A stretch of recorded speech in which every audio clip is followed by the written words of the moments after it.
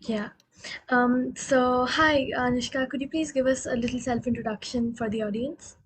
Sure. So I'm Anushka, and I'm a 15-year-old student activist who's deeply interested in racial equality and feminism. And one of my greatest passions is writing. And I find myself engrossed by the world of journalism and media. And I almost use my writing as my personal superpower to amplify important issues through digestible essays.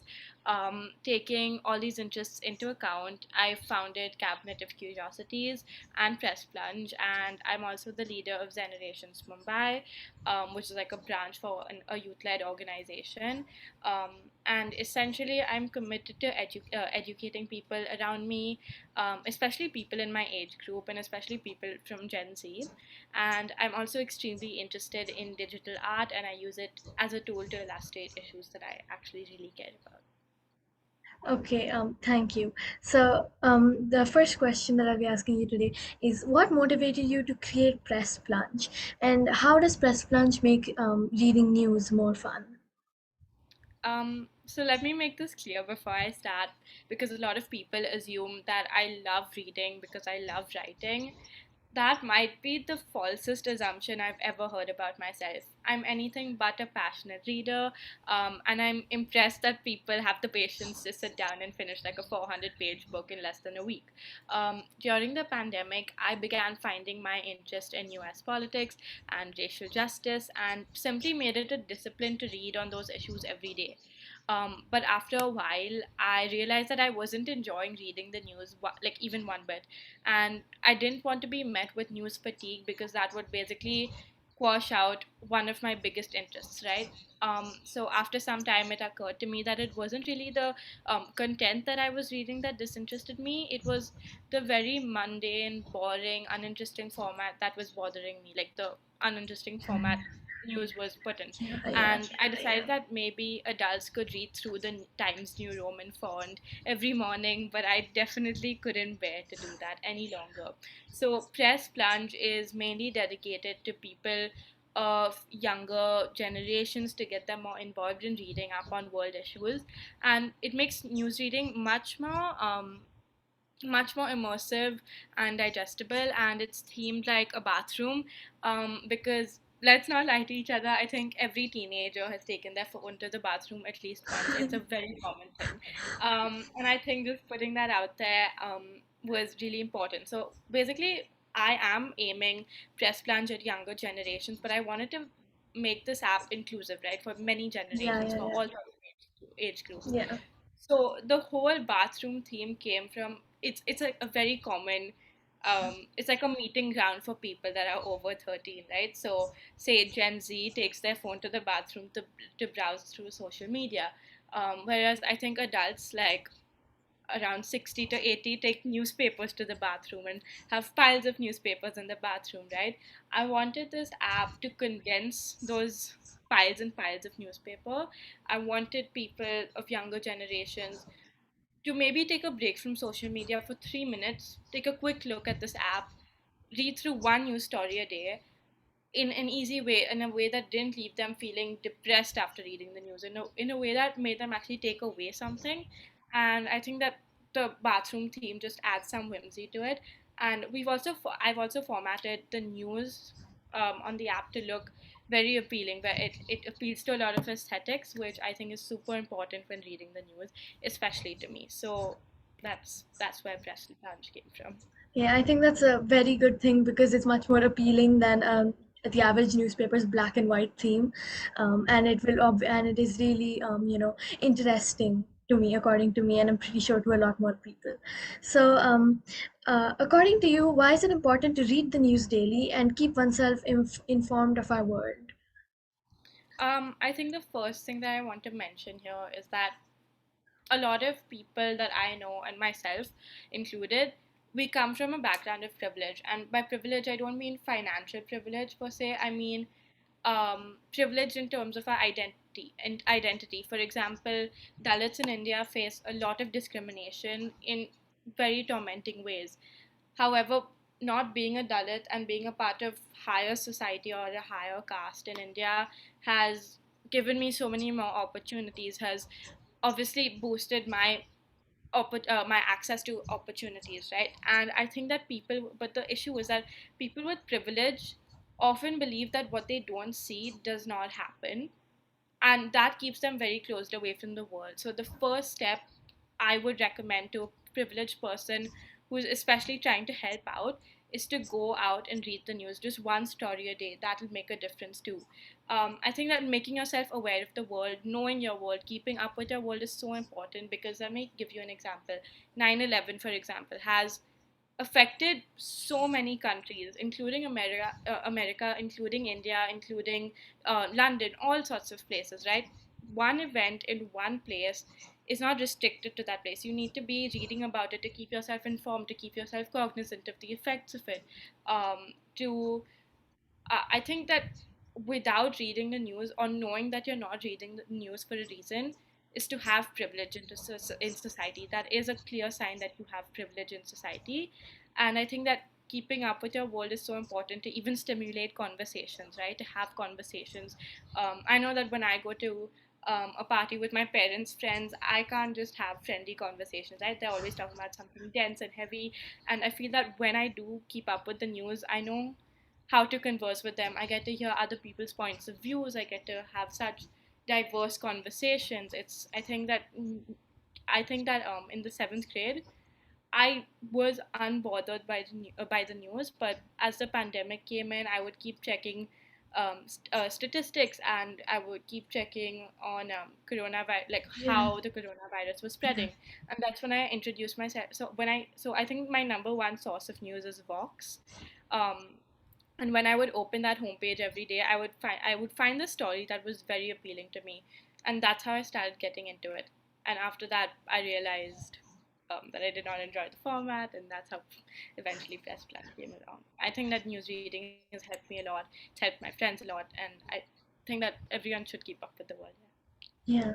And of these causes, what are the causes that are closest to your heart? Like, what are the So, ones that mean the most for you? so I think I mentioned this like 50 times in the interview, but let me just touch upon them a little bit more. So feminism was one of them. Feminism is like extremely close to my heart. Despite being unaware in the seventh grade, I was very empathetic about this specific topic. I've been empathetic about it since I think I was in the second grade. Um, I all right. I was going for an elocution competition, and I recited a poetry piece about women, how women should be at the same place as men, and why. I was very confused about, as a second grader, I was very confused about why women did not have the power in society that men did. Like, I realized that there were differences between my cousin brother and I. The rules that we, as I've grown older, I've realized that um, maybe he can go on an Uber at 11 p.m. I know for sure that I cannot go alone in an Uber at 11 p.m. at night alone. And I think as you grow up with personal experiences, it just becomes close to your heart. And the second thing was racial justice. Um, this is a this is an issue all over the world. But as I started reading more about the Black Lives Matter movement, I realized that this is not something that came about in 2020. It's something that's been around for like centuries now, right? Racial inequality has been an issue that's been around for centuries, and it hurts me to know that somebody's discriminating against another person based on stereotypes and unfair like presumptions and assumptions. And I think that's something else that's really close to my heart, and I when I start talking about it, I can't stop. So yeah. Yeah.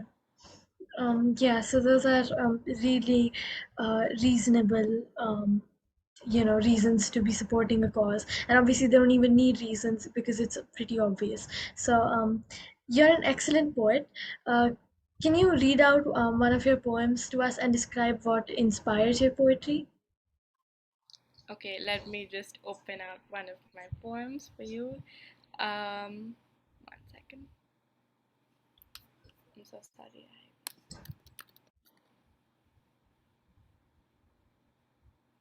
Would you like me to read out the entire poem? No, as much as you're comfortable with reading out. Okay. Just give me 1 second.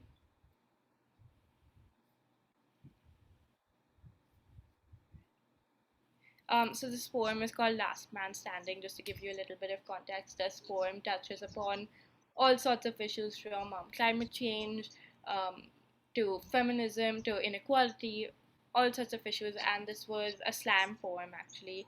I can read out the entire thing if that's okay with you. It will take 2 minutes. Okay. Okay. Yeah, that's okay. You're the last man standing. Did you notice the oppression of ethnic groups, or the suppression of true expression, or our indiscretion towards those with severe depression, and our obsession with using offensive microaggressions, knowing their drastic consequences? Did you witness the way we threw murder and rape in the air like it was recess, and we played around with it like we played around with the issue as if it was a basketball? We faced issues like apoliticism, gender inequality, racism, bigotry based on culture, and so many more unpardonable social injustices. And somehow, instead of holding the wrongful people accountable, we animated and rotated stories. We confiscated the right to affordable medical health. We concentrated too much on other people's boundaries, bodies, and weight. We expected sexual assault survivors not to loudly narrate their sufferings and perpetuated falsehoods against ethnic groups. To the last man standing, did you witness the racism, sexism, discrimination, elitism, and the disgust humanity showed towards diversity, causing all that needless adversity? Did you notice every honk, every firework, every wrapper, every bit of wasted food is the reeking pile of dirt that you're currently sitting in? I know you didn't. I am aware that you are that exact man that threw what he liked where he wanted, treated women like servants, hurt people to get ahead, and couldn't stand anyone that wasn't as pale and spiteful as you were. And all this because of your perversity? Last man standing. Money wins the race. In the real world, money talks. You've heard these phrases before, haven't you? I hope you're euphoric with the place your gluttony and covetous needs got you. After all that matters is that your industry keeps expanding. And the view of front you, stunning. The muddy ocean filled with plastic bits of your ignorance and the pile of dirt and wrinkled money you're sitting in makes all of us so incredibly jealous. Last man standing. Did you never feel severe culpability, cutting ribbons at animal rights ceremonies, then returning home to your exorbitant fur coated furniture? Did you never feel guilty buying cosmetics and clothes that harm not only animals but child laborers just for the branding? And did you never feel guilty knowing that every single tree you cut down is the reason you can't even breathe right now through the thick, smoggy air right now? Last man standing. Pick up that $100 bill, take a look at it, and then at the barren land around you. Could that $100 bill buy you trees, oxygen, water, love, emotion, empathy? What exactly is the value of that dollar bill when it can't buy everything you need to thrive and live every single day? But last man standing. It wasn't just you who. Is it okay if I continue? Yeah, yeah, yeah, go ahead. But last man standing. It wasn't just you who shredded our world to fragments by putting greed over need, profit over people, and gaining wealth by denying real world issues with absolute stealth. It was all of us, each and every one of us who let the belly in our beast get much too hungry and let all the petals of the rose fall off onto the floor, crash landing onto the floor of fire that left our chances of doing much better burning into ashes, because it was us that put our need beneath our desire. Survival of the fittest, they say. Have the Midas touch, they say. Cut through the flesh for the wealth. Extract that tusk at the break of dusk, just as long as nobody catches you in the task. Kill the bee for its honey just to make some money. Do you ever remember that all that glitters isn't gold? So why all the gratuitous fraudulent gains? Why exactly did we work our way up to iPhones, robots, AI, and other technological things when our advancement put a halt to evolution?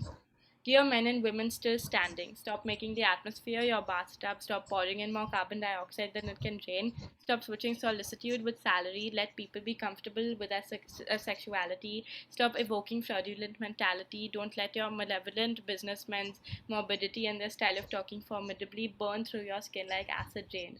Don't switch out mortality for batteries, don't make brutality normality, and don't replace your personality with formalities. Dear humankind that is still standing, start thinking about the next generation. Start rebuilding their foundation. Make yourself a fraction of the solution, not the problem before it's too late. Don't aspire to be the oblivious last man standing. Stop placing all the weight on the shoulders of fate. Stop looking at the bank rate while lives deteriorate. Mother Earth is our best mate. It's not our apps, but our minds that need an update. So, That poem is That basically a was jest. that was amazing. I think you've actually touched very well and described each of the world problems and portrayed it really well. And your use of words is amazing. Thank I you. really enjoyed listening to that. Thank you. So it's addressed to the last man standing, the possible last man standing, and I just try to cover upon all the issues that are basically harming our future and our Yeah, I think it generation. was like really accurate. Thank you. So, uh, you're currently working on a feminist manifesto. Can you describe feminism to our audience and why we should all be feminists, or at least support feminism in the least? Yes, 100%. So, feminism is essentially a movement that's pushing for women's rights so that we can have equality amongst all sexes, right?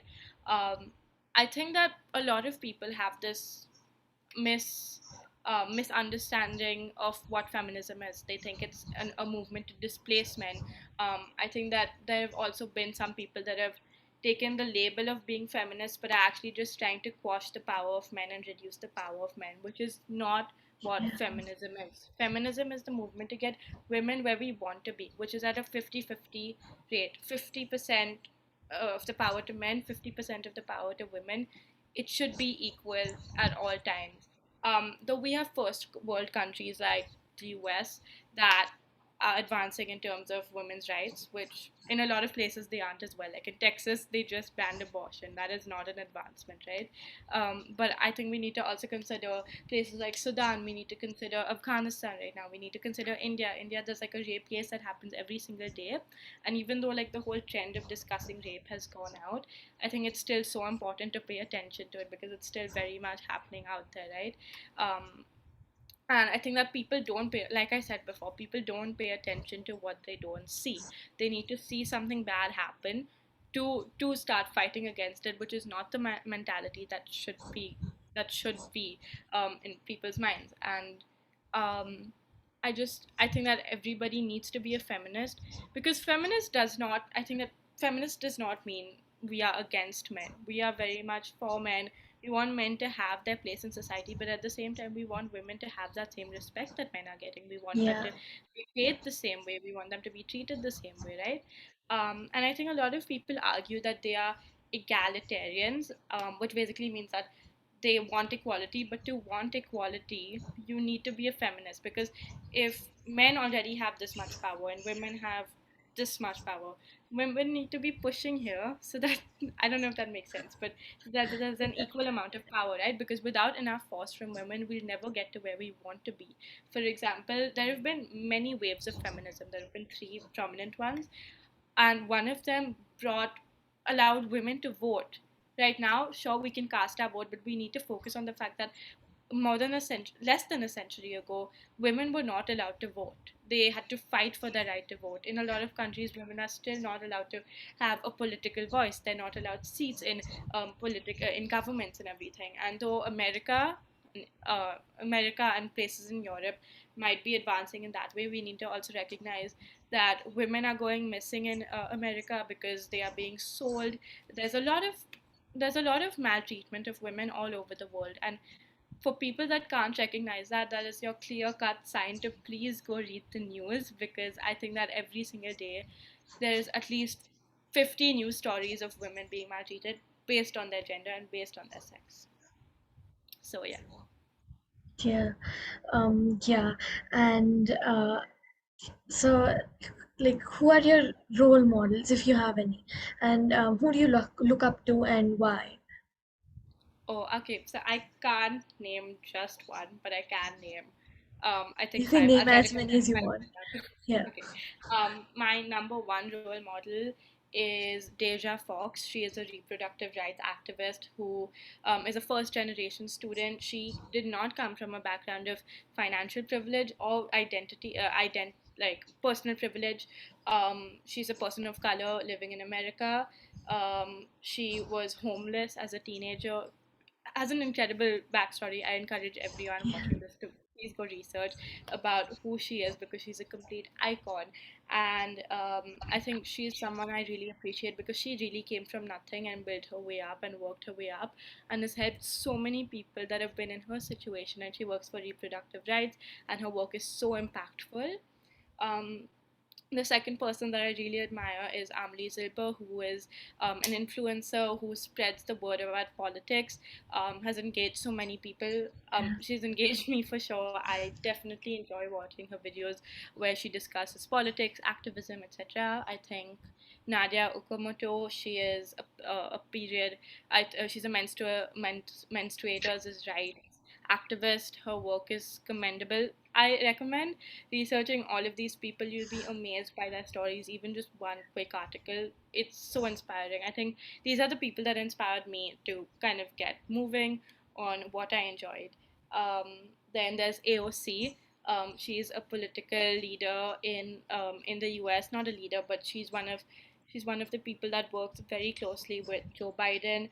um, I've never hidden the fact that I'm 100% for the Democrats. I'm 100% anti-Republican, but I'm always ready to listen to people's opinions, but I do stick to my ground always, which is why I love AOC, because she discusses a lot of issues like feminism, climate change. She's a very vocal person, um, and yeah, these are.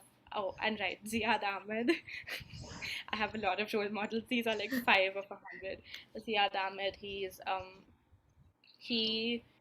is an incredible person who has worked on issues in the business world, in the political world, all sorts of things, and I'm extremely inspired by these people. In fact, Ziad Ahmed was the person that I read about and then immediately started thinking about more ideas on how to advance Cabinet of Curiosities, and he's still one of my biggest idols. All of these people are under 30 or under 24. Yeah, and They're all from it's a like really good thing that you have so many role models, because you're getting inspired, and that you know so many amazing people, including yourself, who like Thank are like really making a difference, and like that's a really amazing thing. Thank you. So the next question will be that I want you to describe the Cabinet of Curiosities and what inspired you to build.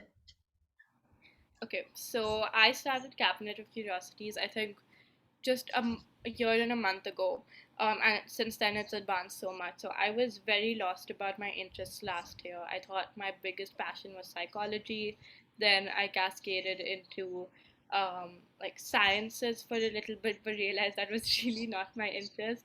And I think my most consistent passion has been politics and activism, and that's when I began moving towards those topics. Like, if you see, the most recent articles have been about feminism, um, I think world events, social injustice, all sorts of things. And I think that was sort of written in the stars for me, because I think if you scroll all the way down, the first article there is about racial injustice, and I didn't know that would be one of my biggest passions now. But Yeah. yeah, I think that was how it was meant to go. And I think the number one thing that inspired me, despite having role models, I think one of my experiences has really inspired me. So I think about yeah, around the time that I founded Cabinet of Curiosities, I got into discussion about the Hathras rape case with some of my classmates, and that caused a lot of turbulence in our class. I lost about 20 friends in my class after discussing that issue, because I felt very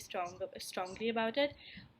It was a heated discussion, and after that, there was it caused a lot of issues between people in our class, but I still to date 100% stand with what I said then, because I do believe that you can have opinions, sure, but there are some things that remain facts. Like, you cannot manipulate the fact that women do not have rights in societies.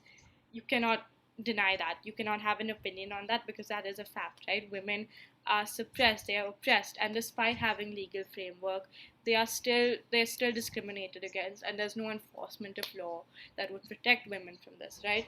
um, Things have turned around now, but I still believe that I think that having experiences like that, like having discussions that don't always end up in a great way. Like, I lost my friends for about 7 months after that. It was a long way, but I did not regret any of it. I think having experiences that don't always have a good outcome it always works out in your favor. When you're right, it always works out in your favor. And if you are morally correct, like if you're not phasing yourself just because another person has Yeah, let you yeah. down, I think that is such a strong sign that you're good with your own validation. You don't need other people's validation. And I think that's when I really found my personal confidence. Like, I do not have this kind of confidence when I'm talking about science, but I can very freely talk about these topics because I really do believe in them. And uh, that's how I began diverting Cabinet of Curiosities to a more political platform, because I do want to have more discussions about that and just give people a source to read about it, read my opinions on it. Yeah. Yeah. So that's an amazing purpose, and I found it really interesting. And I really like what you wrote in the Cabinet of Curiosities about multiculturalism. Um, I completely agree with what you wrote. So, what do you feel are the benefits of having a diverse society, culturally speaking? Um, right. So I think that number one thing is diversity of thought. Um, I think diversity of thought, diversity of conversation is always important.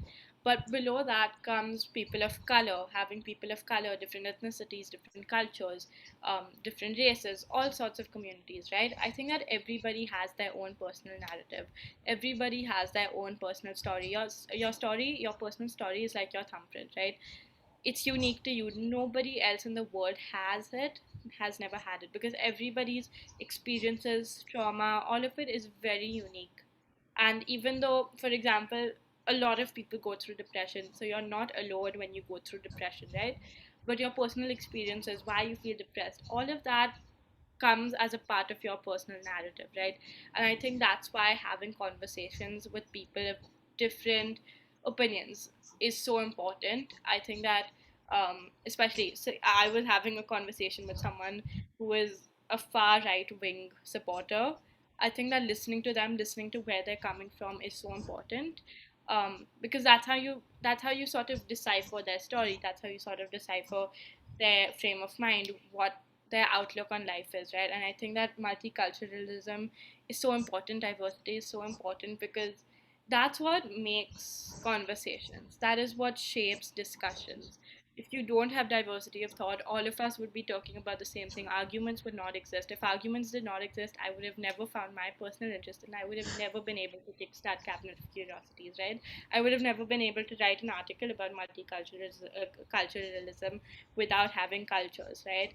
um, Beliefs, values, all of that comes from culture. Like, I know that I'm a Gujarati and I'm not a very religious person per se, but I do know that my upbringing is so different from another person's, right? Like, I've been raised in a certain way, my friends have been raised in a certain way because of their moral beliefs, values, and everything. And I think that's so important, because I think that it really does help have conversations and discuss things with people. I think I've repeated that like 5 times, but yeah. Yeah. So yeah, that is like a really really thorough outlook on this, on multiculturalism, and it's a really meaningful way to come at the topic. So what motivates you to continue building your platforms? What motivates you to continue improving Press Plunge, and keep going with your projects? I can name a few times that I've been like, oh my god, I wish that I could just launch it now. But there's always bugs and all these little minor issues that keep coming up.